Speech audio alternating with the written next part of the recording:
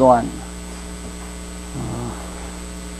한 주간 지나는 동안 또 그 흐름을 좀 잊으시지 않았을까 생각을 해서 우리가 레위기에 들어오면서부터 어떤 내용을 우리가 배웠느냐면 이제 성막규례에 대해서 배우죠. 성막규례. 그 다음 두 번째가 레위기부터 성막규례 이제 10일, 그 다음 제물규례죠. 제물규례. 그 다음 세 번째가 아마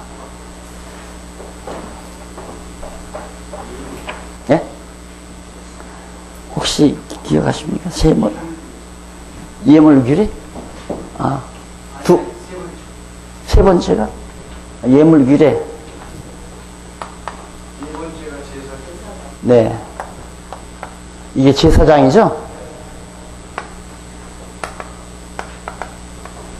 그 다음 예물규례. 네 번째가 제사규례. 그 다음 다섯 번째가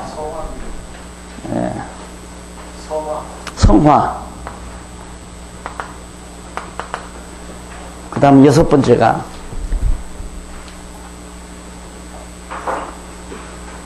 오늘 아마 공부해 나갈 부분일 겁니다. 예? 예? 생활규례? 여섯 번째가 뭐예요? 예? 여섯 번째 네. 성결한 생활규례 맞잖아요. 생활규례가 710페이지 나오죠. 710페이지. 그 양쪽 가로네요. 죄송합니다. 백성의 죄송합니다.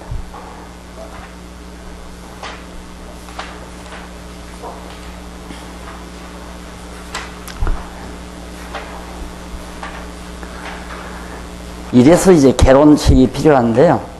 성화규례. 다섯 번째 성화규례. 여기에서 이제 우리가 1번, 신체의 성화. 신체. 몸의 성화죠. 첫 번째가, 양쪽 가로 첫 번째가. 그 다음 두 번째가, 문둥병 성화.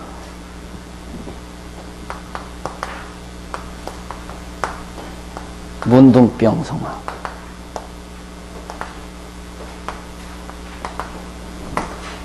그 다음 이제 여기서 세 번째 보십시다.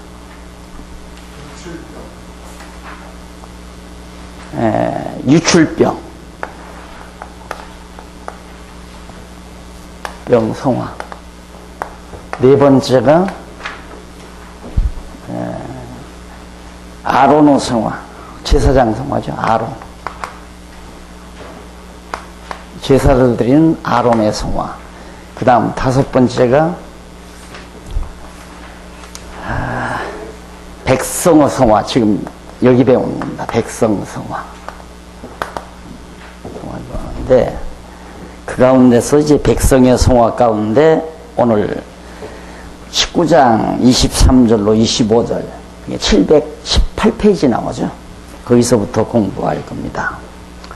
그런데 우선 이것 좀 정리를 하고 줄기를 잡아서 지금 내가 배를 타고 강줄기를 내려가는데 큰 강줄기의 흐름부터 잡아놓고 이제 작은 소록강 쪽으로 이제 들어가 보도록 그렇게 하겠습니다. 지금 레위기에 들어와서는 이제 규례를 성막규례, 제사장규례, 예물규례 그렇게 해서 이렇게 성막과 제사장과 성막이 있고 제사장이 있고 예물이 있으면 제사를 드릴 수 있잖아요. 맞죠? 이렇게 논리가 딱 들어맞잖아요. 성막을 마련하고 제사장 거룩하게 하는 규례가 있어가지고 거룩한 예물을 드림으로 하나님 앞에 속죄하는 제사를 드린다. 이게 속죄함으로 뭐가? 성화 규례가 나오죠. 어떻게 하나님의 백성들이 거룩하게 되어지는가?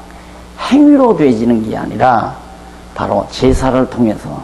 이 말은 영원한 제사들이 예수 그리스도의 영원한 제사로 말미암아 우리가 거룩한 성도가 된다는 의미에 대한 모형과 그림자입니다.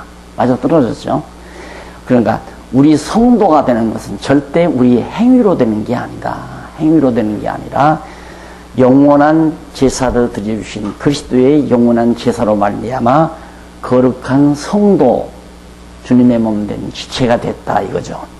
그러면 그 지체가 됐을 때 몸도 거룩하게, 신체도 거룩하게, 그 말은 주님의 몸 된 교회를 거룩하게, 교회에 여러 가지 부작용이 있어도 설령 교회에 정말 불의한 일들이 있더라도 무슨 여러 가지 교회가 부패하고 타락했다 할지라도 조각목 같은 나무에다가 금판을 씌워서 거룩하다고 하잖아요. 그와 마찬가지로 신체도, 우리 이제 그리스도의 몸 된 교회도 아직은 이 지상에 있는 동안 여러 가지 부패와 타락이 있어요. 그런데 어떠한 분들은 이 지상의 교회가 완전해야 된다고 주장하는 분들이 있지만은 완전할 수는 없습니다. 다 육체가 있기 때문에, 조각목 같은 우리들이기 때문에 흠집이 다 있단 말이죠. 그렇지만 이렇게 제사를 통해서 거룩하게 만들어 놓은 거예요. 우리를 거룩한 우리로. 그렇기 때문에 설령 좀 타락된 교회라 할지라도 하나님께서는 거룩하다고 보신다는 것, 그렇게 인정해 준다는 얘기죠. 거기에 이제 우리의 소망이 있는 거예요. 야, 이런 게 무슨 교회냐. 이렇게 도둑질이나 해먹고 부패하고 타락하고 온갖 지금 사회 지탄을 받는 일들이 너무 많잖아요. 그걸 무조건 다 마치 정죄를 하고 막 그걸 그냥 들추어내서 교회 치부를 다 드러내는 것이 대단한 일인 것처럼, 저도 젊었을 때 한때는 그런 방향 쪽으로 약간은 강의가 많이 흘러갔었습니다. 근데 요즘에 들으니까 굉장히 인기 있는 강의가 있다고 하더라고요. 테이핑 준비, 비디오로만 하는데도 사람이 몇백 명씩 모인대요. 왜 그러는가? 이 한국교회 부패와 타락을 막 신랄하게 이제 지적하면서 하면 그냥 불만 있는 성도들이 그냥 속이 툭 터지잖아요. 그래서 이제 교회 불만 세력들이 나가가지고 방황하다가 그런 곳에 가서 스트레스 해소를 하는 거 아닌가. 저는 그렇게 보고 있는 겁니다. 그러니까 오늘 우리가 비록 한국교회가 이렇게 부패하고 타락했다 할지라도 어차피 속은 조각목 아니에요. 겉으로 금판을 그리스도의 의를 덧입혀서 거룩한 무리들, 성도들이 모여있는 주님의 몸된 교회라고 했기 때문에, 그래서 하나님은 거룩한 교회라고 우리를 인정하는 것이다. 그 다음 이제 문둥병, 신체의 규례이 다 문둥병이라든가 유출병, 이게 다 들어가는 거예요. 같이 들어가지만 너무 이제 분량이 많아서 보기 좋게 이렇게 김밥 자르듯이 잘라놓은 것 뿐입니다. 이건 하나의 서론적이고요. 이건 이제 소지라고 봐야 되죠. 신체를 거룩하게 하는데 문둥병, 불가능하잖아요. 인간의 의술로는 불가능한 질병이 문둥병입니다. 절대 인간 스스로의 노력으로는 거룩한 신체, 깨끗하고 거룩한 몸을 가질 수가 없다. 그래서 이 육체를 가지고 있는 한 이 지상의 교회는 온갖 세상에서 있는 일이 교회 안에서도 있을 수 있어요. 예를 들어서 부정행위도 있을 수 있고요. 남과 싸우는 일도 있을 수 있고요. 서로 시기하고 질투하는 일도 있을 수 있고요. 다 신체가 다 부정하지만 하나님께서 거룩하게 하시고, 문둥병도 인간의 힘으로는 고칠 수 없는 고질병들이, 인간의 고질적인 육체의 소욕이 있잖아요. 그것 때문에 바울이 오라 나는 권고한 사람이로다 이렇게 소리도 했지만은 유축병도 마찬가지죠. 이렇지만 이런 것들도 하나님께서 거룩하다, 깨끗하다. 문둥병이 들었어도 하나님이 깨끗하다 하면 깨끗하게, 그게 하나님의 능력으로만이 거룩해진다는 얘기죠. 그러니까 우리가 다 그리스도의 몸된 성도들이 됐지만 우리 인간의 노력으로는 거룩하게 생활할 수가 없다. 하나님이 직접 거룩하다고는 했지만 실상은 내용은 조각목같이 여전히 흠집이 많다. 그렇게 해서 일단은 거룩하게 해놓으시고 아론, 제사 드리는 아론도 역시 하나님이 거룩하게 해서 제사를 드리게 만든다 그 말이죠. 그 다음 백성은 어떻게 해서 거룩하게 되어지는가. 그 거룩하게 되어지는 것도 하나님이 거룩하게 해주는 성화 규례에 따라서 거룩하게 만들어 주신다. 그래서 지난번 우리가 속초에 가서 말씀드린 대로 거룩하게 생활하기 때문에 하나님께서 우리로 하여금 거룩한 백성 삼으신 것이 아니라 거룩한 백성이 되게 해서 거룩한 백성으로 삼으셔서 거룩한 생활을 하게 만들어 가신다. 그 얘기를 제가 몇 번 강조한 이유도 바로 이런 배경 속에서 나온 얘기입니다. 그러니까 우리가 자그마한 주제에 취하다 보면 이렇게 굵직한 큰 아주 덩치에서 나오는 엄청난 진리를 놓치는 경우가 많죠. 그래서 이제 성경 개론을 철저히 좀 하시는 게 좋다. 그래도 성경 개론 한 지가 벌써 몇 달 지났잖아요. 그래서 이렇게 또 한번 중간에 정리를 조금 해드리는 겁니다. 이거 꼭 기억하세요. 성막과 오늘을 말하면 이제 구약시대 성전과 제사장과 예물이죠. 하나님께 드리는 예물로서 제사를 드리면 거룩하게 된다. 알았죠? 이게 큰 대목, 한쪽 가로 1번 아니에요. 한쪽 가로 순서 아니에요. 그 거룩하게 되지는 규례 가운데 신체가 어떻게, 몸이 어떻게 거룩해지는가, 이것은 주님의 몸된 교회가 어떻게 거룩해지는가를 잘 하나의 모형적으로, 예표적으로 보여주는 거다. 그러니까 교회에 여러 가지 싸움이 있고 서로 부정한 일들이 교회에 있고 뭐 교회 재정을 누가 뭐 그냥 어떻게 해먹고 이런 세상이나 다름없는 일이 설령 교회 안에 있다 할지라도 교회의 머리 대신 그리스도는 내 몸은 거룩하다. 내가 다 십자가에 못 박혀 죽으심으로 피 흘려서 내 몸 다 거룩하게 했다. 여기에 우리가 할 말이 없는 거예요. 하나님 앞에서 우리가 할 말이 없다 이 말입니다. 우리가 거룩해서 거룩하다고 한 것이 아니라 당신의 피를 흘려서 피값으로 우리를 거룩하다고 봐주는데, 생각해 보십시오. 아이가 아빠의 서재에 가보면 참 신기한 게 많잖아요. 저는 이제 초등학교 다니는데 지가 쓰는 모든 학용품 같은 건 아빠가 쓰는 것하고는 질이 다르다 이 말이에요. 만년필도 보니까 와 너무너무 좋거든요. 그래서 아빠가 출근한 다음에 학교에서 돌아와서 이제 호기심 가지고 아빠 서재에 들어가서 놀다가 아빠가 소중하게 쓰고 있는 만년필 수십만 원짜리를 가지고 있다가 놓쳤어요. 놓쳐가지고 금촉이 부러져 버리고 말았다 이 말이다. 얼른 닫아놓고 마음으로 얼마나 떨겠어요. 달랄랄랄랄랄랄.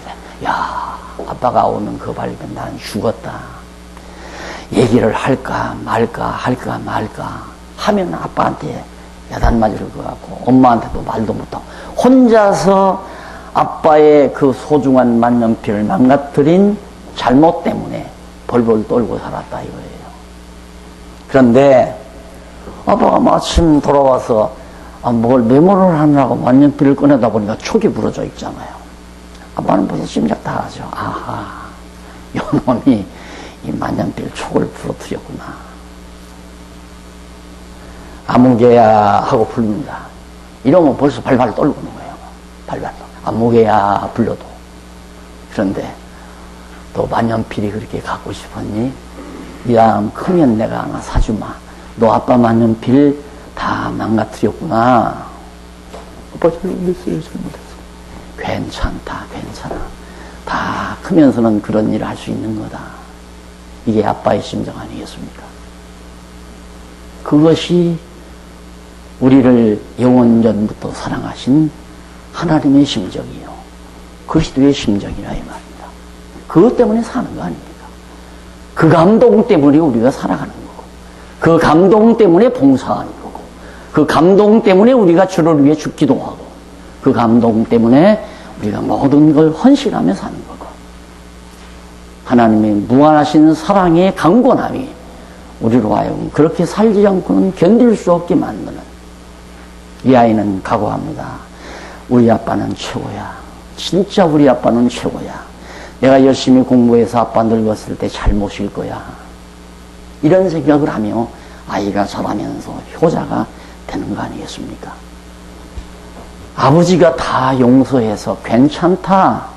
거기에 감동을 받고 그 사랑의 힘으로 거룩한 백성들이 상말하게 되어져 간다, 그 말입니다.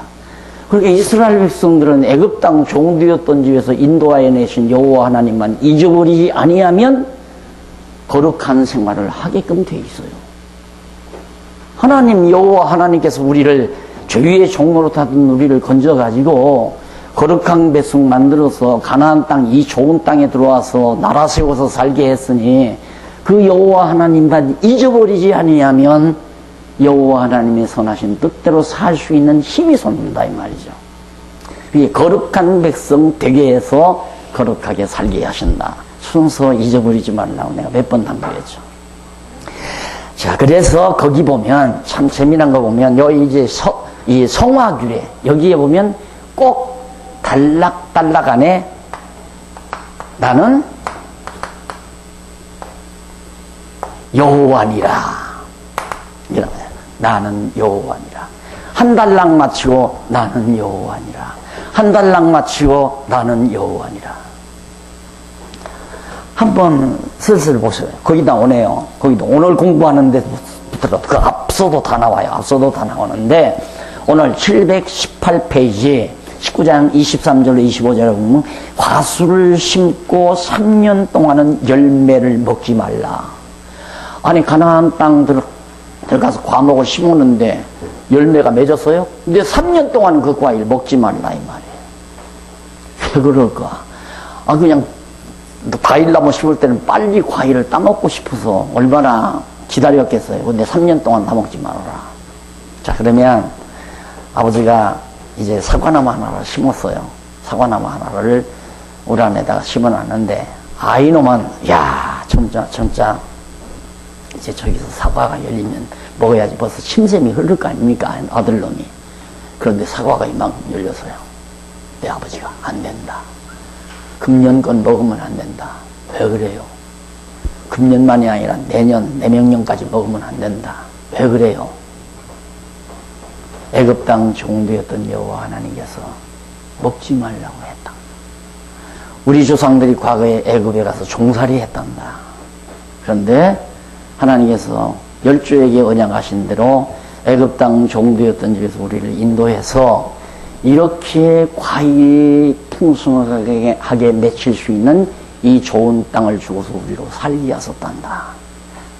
그래서 3년 동안까지는 먹지 말고 4년째 열리는 것만이 하나님께서 거룩한 백성이 먹는 과일이 되도록 해 주신다고 약속했기 때문에 3년 동안은 먹지 말아야 된다.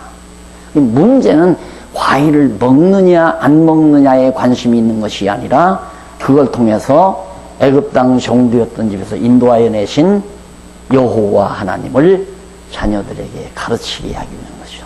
후대들에게 가르쳐주기 위한 것. 그러니까 여호와 하나님을 잊어버리지만 않으면 어떻게? 거룩한 생활을 할 수 있는 힘이 솟는다. 그래요. 아까 말씀드린 대로 만년필을 망가뜨린 아이가 벌벌 떨고 얼마나 몇 시간 동안 진땀을 흘리면서 벌벌 떨었겠어요. 큰일 났다 이제. 아빠만 오면 난리가 나고 야단을 맞을 거다. 휘밤도 맞고 회초리도 맞을 거다. 벌벌 떠는데 아버지가 인자스럽게 다 알고 벌써 다 알아요. 하나님이 우리의 죄를 내가 하나님 앞에 얘기해도 알고 안 해도 알고 하나님은 우리 심령을 다 보고 있단 말입니다. 아버지가 괜찮다. 나도 그랬단다. 그래서 내가 항상 텔레비에 나오는 선전문구 가운데 뇌리에서 다 기억되는 게 안 잊어지는 게 하나가 있어요. 그게 뭐냐면 애기가 막 뛰다가 넘어졌어요. 넘어지니까 무릎이 깨지지 않았어요. 그런데 바르는 약 이름이 뭐죠? 그 약을 선전하는 선전문이에요. 아빠가 딱 얘한테 괜찮아, 괜찮아. 나도 그랬어. 나도 어렸을 때 너처럼 뛰어다니다가 무릎 깼어. 하면서 약을 발라주는 장면. 괜찮아. 나도 그랬어. 그래서 우리 성도들이 상대를 보고 자꾸 비판하고 비난하고 하는 것은 자기를 못 보니까 그러는 거예요. 다 그러거든요. 다 똑같아요, 인간은. 너나 할 것 없이. 근데 마치 남을 비난하고 남을 욕하면 자기가 의로워진다고 착각하는 거죠. 저 목사가 졌다고 해서 되느냐고. 그럼 자기는 그따위로 안 한다 이거죠. 반어법이에요, 그게. 남을 현란하게 정죄하는 것은 자기를 대단하게 추키오리려는 아주 좀 야만적인 생각이죠. 그런 생각에서 그렇게 비판이 나오는 거예요. 근데 순수하게 자기가 자기를 성찰하고 산다면 어느 목사님이 실수를 해요. 누가 그러더라고요. 목사님이 돈을 분명히 50만 원 봉투를 냈는데 없어졌다 이거예요. 그게 자꾸만 돈이. 그래서 그 회계장로가 여기다가 몰래카메라 하나 달아놨대요. 왜 그러나. 근데 목사님이 죄송해요. 이게 실제로 있었던 일이니까. 목사님이 하나하나 하면서 우리 한국교회 그게 있잖아요. 이렇게 하면서 축복해주고 기도하고 그런데 딱 이 안에다 집어넣더라고요. 그래 당장 쪼개놨다요. 설령 그런 일이 있다 하더라도 맞아. 나도 아버지 호주머니에서 돈 10,000원짜리 꺼내다가 친구하고 빵 사먹은 일이 있어. 사람인지라 그럴 수도 있지. 그럼 그 비난을 가장 공격적으로 할 수는 없죠. 안 그래요? 그러니까 거듭 얘기지만 우리가 거룩하게 되지는 것이 실제 행동이 거룩해지는 건 아니다. 하나님이 은혜로 거룩하다고 인정해 준 거고 그것이 칭의의 복음 로마서 아닙니까? 의로워서 의롭다고 하는 것이 아니라 의의 옷을 입혀서 의롭다고 일컬어줬다 그 말이에요. 그렇게 해서 결국은 문둥병, 유출병 도저히 고칠 수 없는 이런 병들까지라도 이런 제사 행위를 성화 행위, 이런 성화 규례를 통하여 하나님께서 거룩하게 해주시고 백성들의 생활도 역시 거룩하게 해주시는데 여기 나오는 대로 3년 동안 과일을 안 따먹는 그것으로도 여호와 하나님 믿지 말라. 그게 쉬운 거예요. 이제 19장 26절 28절 피와 복술과 술수와 몸에 대하여 주의하라 명하는 거예요. 왜 피 조심하고 복술, 술수, 몸 이런 것들을 종합해서 간단하게 쭉 얘기하잖아요. 왜? 그 마지막 가면 나는 여호와니라 나오잖아요. 마지막 부분에. 그렇죠? 내가 여호와니까. 그 말은 내가 너희를 거저 애굽 땅 종되었던 입에서 종살이하는 너희를 내 백성 삼았다. 그러니까 이제 내 백성답게 살기 하게. 내 백성 삼아서 거룩한 백성 삼았으니까 거룩한 생활은 이렇게 하면 된다 그 말이에요. 그래서 왜냐하면 내가 여호와니라. 그러니까 그렇게 생활하는 것조차도 내가 다 가르쳐줘서 그렇게 생활을 하게 한다 이 이야기죠. 그 다음에 29절로 30절 보면 딸을 더럽혀서 기생이 되게 하지 말라. 왜? 너희는 거룩한 백성이니까 가나안 땅 들어가서 살 때에 딸을 돈 벌려고 기생 만들지 말라. 이런 얘기고 왜? 나는 여호와니까. 너희들 애굽 땅 종되었던 입에서 정말 애굽의 종살이 하던 처절한 불쌍하고 처절한 너희들을 내가 거룩한 백성 삼아서 내 백성 내가 여호와다. 너희를 그렇게 만들어 놓은 여호와니까 그렇게 살지 말라.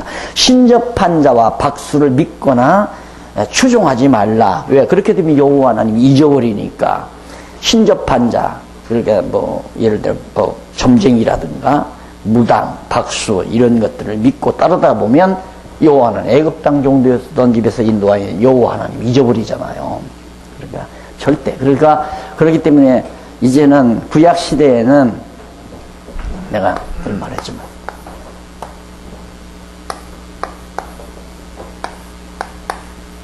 여호와 하나님의 이름을 두신 언약궤를 백성들이 못 보도록 휘장으로 딱 가로막아 놨잖아요. 여기를 대제사장만 여기 들어가게 만들어 놓고. 그러니까 구약 시대도 보면 뭔가 뭔가를 보는 것을 형상을 만들지 못하게 만든 거예요. 절대 형상 만들어요. 이게 사람의 시선을 끌어가는 그런 일은 하지 말아라. 그래서 여기서 재단에서 늘 연기가 이렇게 피어오르잖아요. 항상 늘 이 연기만 보면 여호와의 이름 기억하게 하려고 연기만 보면. 그리고 이제 가끔 가다가 구름으로 딱 덮어버리거든요. 성막 같은 구름이 딱 이렇게 덮고, 이런 걸 통해서 여호와 하나님 살아계심을 여호와의 이름을 기억하게 하려는 하나님의 섭리였죠. 이제는 여호와 하나님을 기억하게 하는 방법은 언약대로 메시아 보내서 그리스도가 오셔서 십자가 못 박혀 죽으심으로 영원한 대제사를 드렸다. 그래서 우리가 예수를 그리스도로 믿도록 자꾸 우리가 성도들을 가리키는 이유는, 예수를 그리스도로 믿기만 하면 그리스도를 통해서 우리는 여호와 하나님 잊을 수가 없잖아요. 왜? 여호와 하나님께서 언약하시고 언약대로 그리스도를 보내가지고 우리의 죄를 다 속죄해 주셔서 거룩한 백성 만들어 주었기 때문에, 예수를 그리스도로 믿게 하는 이유는 하나님을 여호와로 알고 경외케 하려는데 목적이 있다 이 말이에요. 그래서 우리는 그리스도의 십자가 사건을 통해서 여호와를 잊어버리지 않고 사는 거죠.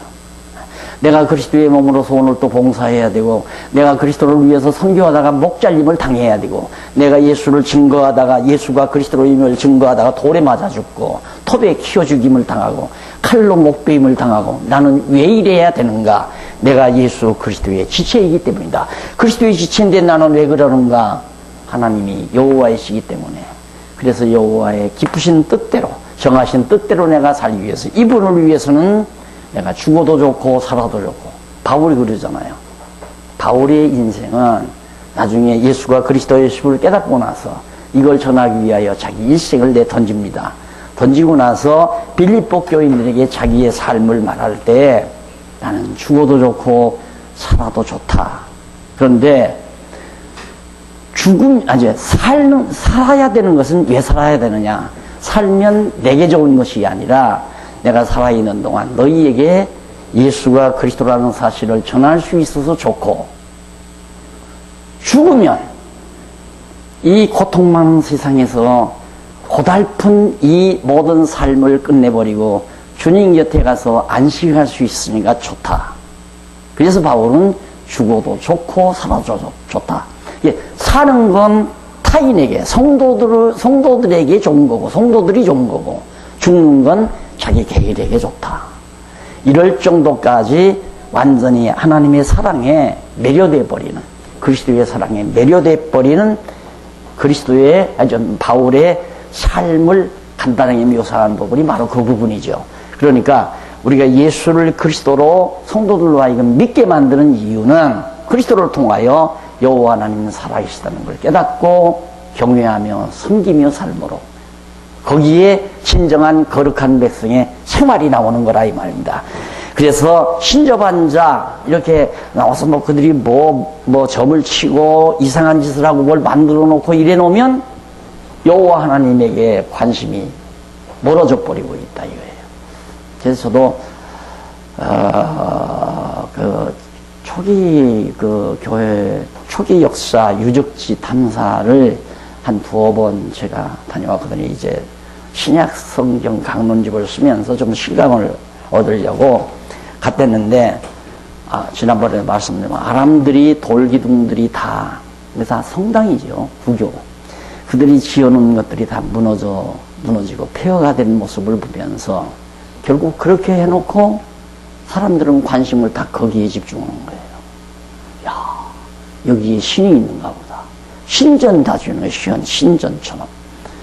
그래서 결국 그렇게 눈으로 화려하게 뭔가를 지어놓게 되면 모든 사람들의 관심이 거기에 집중돼 가지고 우상 종교가 돼버리고 만다. 하나님께 다 헐어버리잖아요. 전부 다. 중요한 건 주님의 몸을 이루는 것이 중요하지.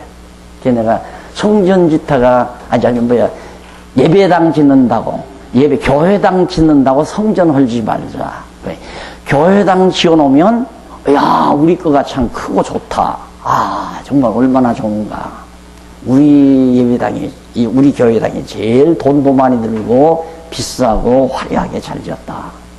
이러다가 보면 성도들은 관심이 이제 그런 외형적인 보이는 것에 관심이 가버리고 정말 관심이 가야 될 그리스도를 통한 여호와 하나님께 대한 관심은 멀어져 간다 이거죠.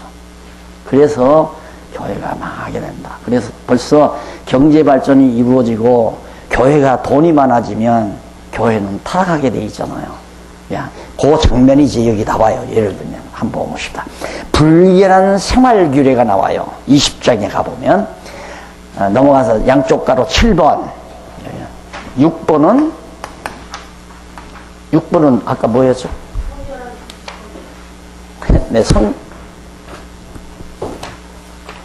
네, 성결한 생활불이에요. 성결한. 그러니까 이것도 백성들의 생활규례를 하나 따로 빼가지고 이렇게 해도 되는데 너무너무 분량이 너무 작아서 그걸 하나의 제목으로 또 뺀다는 것도 성화규례에다 다 집어넣은 거예요. 넣다 보니까 이제 6번까지 나오잖아요. 그건 여기서 조금 더 또 자잘구리하게 또 나눠도 상관은 없어요. 그러나 성화규례라고 하는 큰 주제 아래 신치의 성화, 문둥병 성화, 유출병 성화, 아론 성화, 백성의 성화인데 백성들이 거룩한 생활을 우리의 규례. 어떻게 하면 성결한 생활을 하는가? 그 규례가 뭐냐? 성결한 생활은 헛것을 위하지 말고 우상 만들지 않는 게 성결한 거룩한 생활이에요. 왜? 헛것 만들어 놓고 우상 만들어 놓은 여호와 하나님께 대한 관심이 멀어져 버리잖아요. 그래서 그 밑에도 보면 내가 너희 하나님 여호와니라. 나는 너희 하나님 여호와니라 나오잖아요. 꼭 거의 다 나와요. 이 생활 속에는. 그래서 지난번에도 말씀드렸지만 오늘 우리가 거룩한 생활을 한다고 하는 것은 실제로 내 자체가 거룩해졌다기보다는 내가 오직 여호와 하나님을 잊어버리지 않고 내 생활 속에서 늘 그래서 하나의 문화다. 그래가지고 그걸 산제사라고 얘기했잖아요. 산제사. 이것이 영적 예배다. 우리가 드릴 예배는 영적 예배. 그런데 오늘날 지금 우리 한국교회도 우리가 서로 성찰하기 위해서 하는 얘기예요. 한국교회도 영적 예배나 산제사 쪽으로 관심이 기울어지는 게 아니라 이제 딱 건물을 지어놓고 교인들이 잘 안 나오잖아요. 뭐 12시만 딱 하다 보니까 안 나오니까 편의를 봐주는 거예요. 예배만 드리면 된다. 예수 믿는 게 뭐냐? 예배에 참석하는 거다. 주일날 예배에 참석하는 거. 그리고 11시 예배만 해놓다 보니까 돈 좀 버니까 이제는 생각이 자꾸 바뀌어져 가지고 오늘 일요일날 친구들하고 골프를 치러 가야 되겠는데 이거 교회 안 갈 수도 없고 갈 수도 없고 그런데 나 돈 좀 버니까 또 장로까지 됐잖아요. 그러니까 머리를 쓴 게 뭐냐면 1부 예배, 2부 예배, 3부 예배. 그래서 1부 예배는 그냥 새벽기도 겸겸해서 6시부터 7시까지. 그럼 그거 치고 첫 게임 들어갈 수 있단 말이에요. 뿡 타고 가면 골프장에 가서.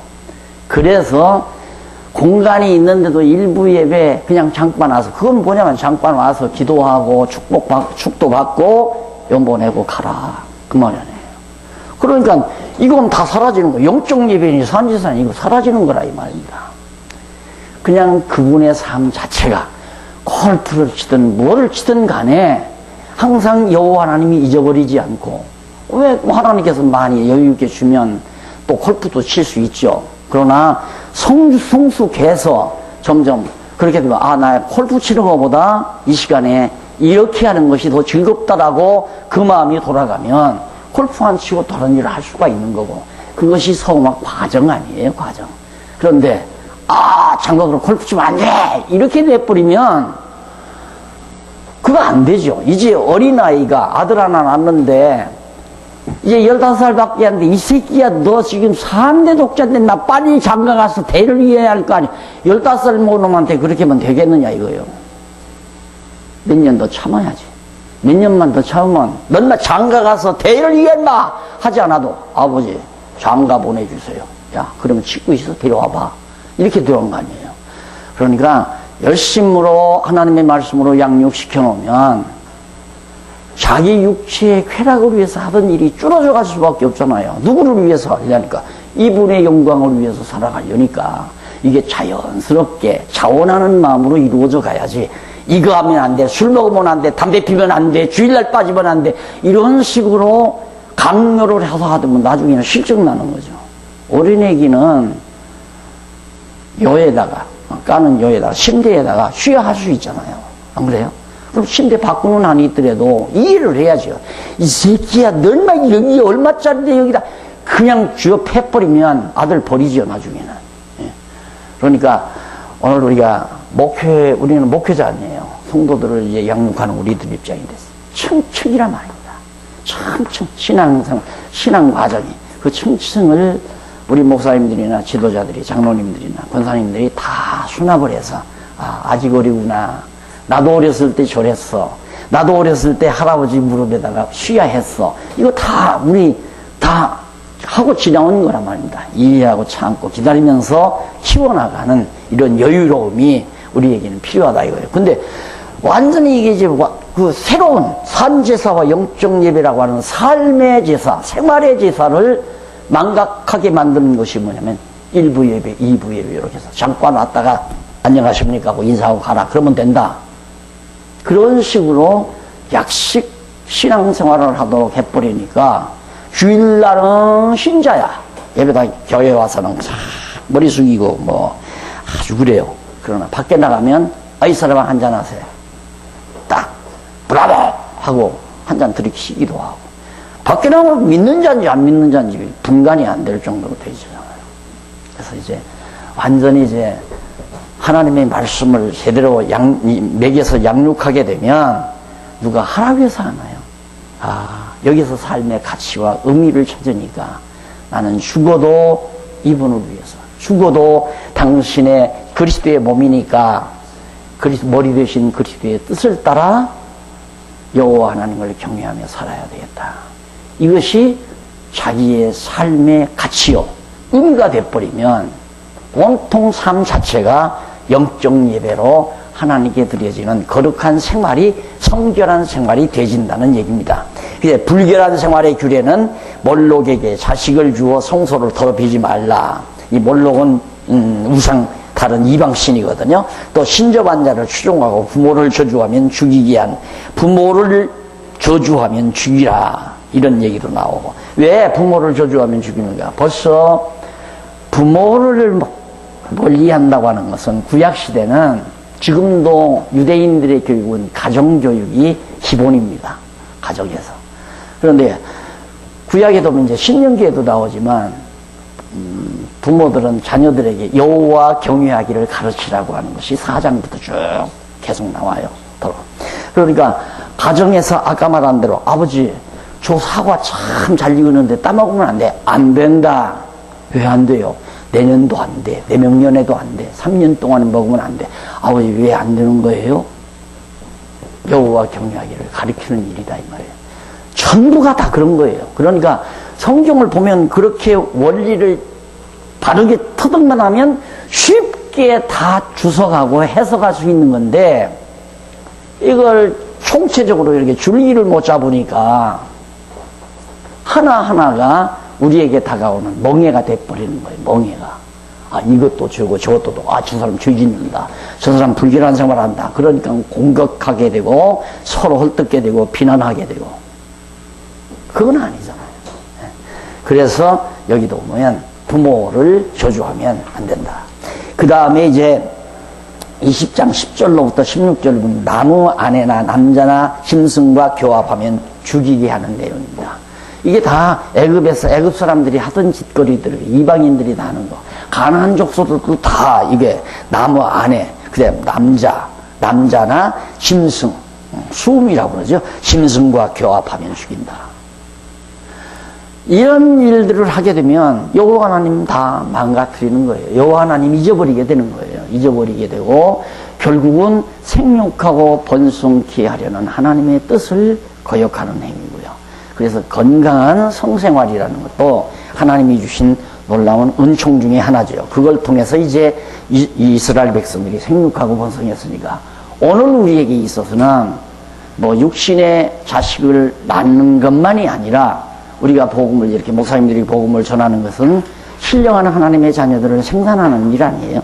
생육하고 번성하는 일이 전도를 통해서 많은 영혼들을 우리를 통하여 생육하고 번성하도록 만들어가는 하나님의 역사에 우리들이 하나의 산모 역할, 아니면 산모 역할이죠. 그러니까 내 아이를 잘 낳게 하는데 보조해주고 난 아이들을 길러주고 하는 이런 역할에 쓰임받는다는 그런 생각을 하시면 틀림이 없을 겁니다. 그 다음 자매나 경도하는 여인 등과 동침하면 안 된다. 이렇게 되면 결국에는 잘못하면 성병이 유행하게 되고 또 불결한 성생활을 통한 하나님의 생육하고 번성하는 일에 역시 지장이 와지니까 그렇게 하지 말라. 그러면 다른 이방인들은 다 그렇게 하는데 왜 우리는 왜 그렇게 하지 말라느냐. 그러다 보면 결국 애굽 땅 종되었던 집에서 그렇게 못되게 살아가는 사람들의 종 밑에서 너희를 건져내신 분이 누구냐면 바로 이분이다. 그래서 여호와니라. 거기도 나오잖아요. 여호와니라. 자, 남자나 여자가 신접한 자나 박수가 되면 죽이라. 이것도 무당이 되면 안 되죠. 그 다음 제사장 성결규례, 이건 백성 성결규례 7번. 7번이 빠졌네요. 네, 7번 불결한 생활.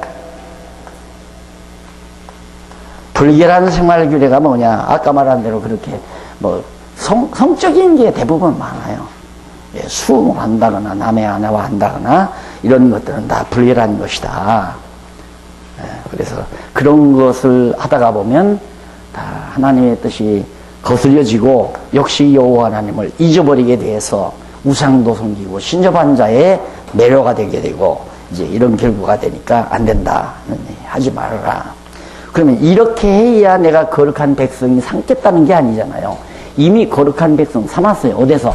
홍해바다 딱 건너다 놓고 내 백성 만드는 거 아니에요. 애굽의 종살이에서 홍해바다를 기점으로 애굽 사람은 홍해바다에 죽여버리고 홍해바다를 통해서 이스라엘 백성은 구별돼 버리고 거룩한 백성으로 이미 거룩한 백성 된 거예요. 됐으니까 이제는 거룩한 생활을 이렇게 성화 생활을 이렇게 해야 한다 이 말이죠.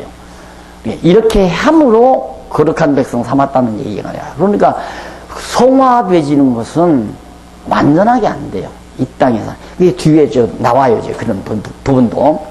자, 그러면 제사장 성결 규례 나오는데 8번. 제사장이죠.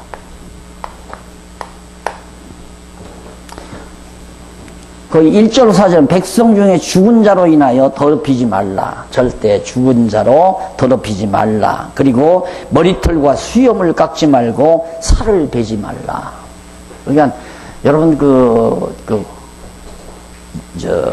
로마 사람들도 그렇고 아마 애굽 사람들도 그런 게 있는 것 같아요.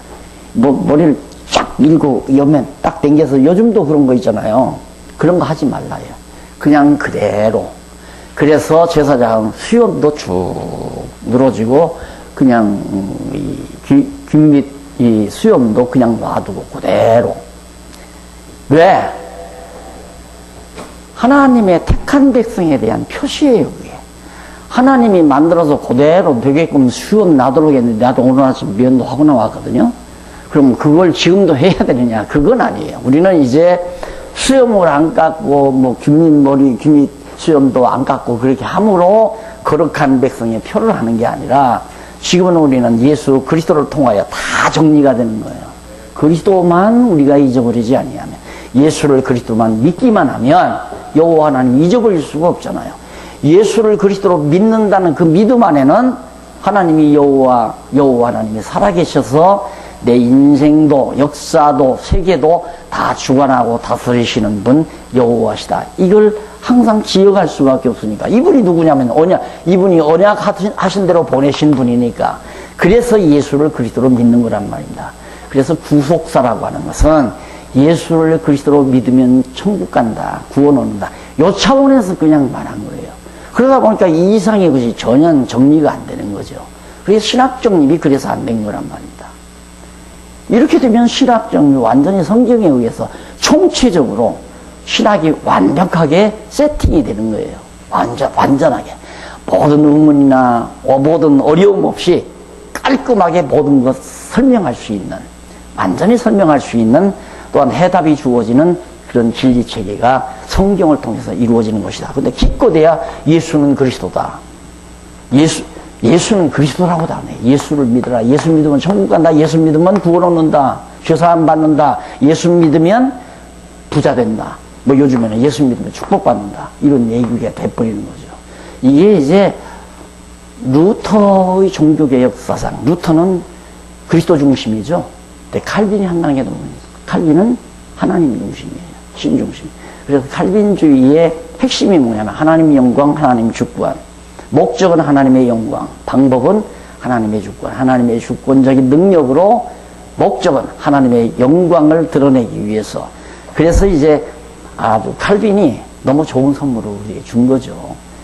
루터의 그 예수 그리스도에 대한 것만 구속사만 얘기를 했다면 칼빈이 말한 이 높은 차원에 이게 다 감춰졌을 거예요. 그런데 어쨌든 칼빈이 아무리 생각해봐도 이건 안 되거든요. 이건 어딘가 가다가 중주고 탄 것 같으니까 칼빈이 성경을 보다가 결국은 모든 하나님의 섭리는 하나님의 영광을 위한 것이고 목적은 이 세계의 존재 목적도 그렇고 우리가 사는 목적도 그렇고 모두가 다 하나님의 영광을 드러내기 위한 것이었다. 그럼 방법은 하나님의 주권적인 능력으로 하나님의 능력으로 나로 하여금 하나님의 영광을 드러내기 위해서 살게 하신다. 너무 명쾌하게 명제적으로 우리에게 전해준 거죠. 그것이 성경적으로 완벽하게 지금 세팅된 것을 목사님들과 제가 지금 같이 나누고 있는 겁니다. 자, 그러면 성결규례가 나오는데 백성 중에 죽은 자로 그 다음 머리털과 수염 이거 그냥 하나님이 해주는데 그대로 아버지 왜 수염 안 깎으세요? 저 사람들은 다 깎고 머리도 깎고 그러는데요. 이놈아, 애굽 땅 종되었던 하나님께서 지어놓은 대로 나게 하신 대로 그냥 놔두라고 그랬다. 그래서 그러니까 너들 머리 깎으면 안 돼. 수염도 깎으면 안 되고. 그래서 머리를 길리게 되고 수염도 깎게 되고. 요즘에는 또 그 연예인들이 자기 특기를 살리느라고 수염도 안 깎고 머리 기르는 사람도 있지만은 이 당시에 그렇게 하라는 것은 택한 하나님 여호와를 잊어버리지 않게 하려는 것. 기생과 부정한 여인과 이혼녀를 취하지 말라. 그것도 역시 이방인들은 다 하지만 너희는 그러지 않아야 거룩한 백성으로서 여호와 하나님이 잊어버리지 않는다 이거죠. 저 사람이 이혼했으니까 저 사람 나는 좋은데 저 사람하고 살면 되는데 왜 그럴까? 너희는 안 된다. 왜? 애굽 땅 종되었던 집에서 여호와 하나님께서 애굽 사람들 이방 사람들은 그렇게 살아도 너희는 내가 거룩하게 구별한 자들이니까 살지 말라고 했으니까 그래서는 안 된다 그런 얘기예요. 그 다음 제사장의 딸이 음행하여 더럽히면 역시 마찬가지고 여러 가지 금령을 범하여 몸을 더럽히지 말라. 역시 여기서 몸을 더럽히지 말라는 말은 신약적인 우리의 입장에서는 그리스도의 몸된 교회를 더럽히지 말라 그 말이에요. 결국은 하나님의 교회는 점점 성화되게 돼 있거든요. 그러니까 우리가 정확하게 바르게 성경만 성도들에게 가르치면 성도가 10명이든 20명이든 100명이든 간에 우리가 하나님의 말씀만 잘 가르쳐 주게 되면 5년 전보다도 5년 후가 훨씬 우리 교회가 하나님 앞에 합당한 교회로서 불결한 교회가 아니라 거룩해져 가는, 성결해져 가는 교회다. 이게 성결한 교회가 아니라 성결해져, 거룩하게, 정결하게 되어져 가는 교회다. 과거에는 교회에 거짓말하는 사람이 100명 중에 30명이나 됐는데 1년, 2년 하다 보니까 거짓말하는 사람이 10명으로 줄었다. 성결해져 가잖아요. 예? 이런 것이 이제 우리 교회가 주님의 몸된 교회 해나가는 그런 하나님의 섭리죠. 그 다음 몸을 더럽히지 말라는 것도 그렇고 21장 16절로 24절 거기도 보면 육체에 흠이 없는 자는 제사를 드리지 말라.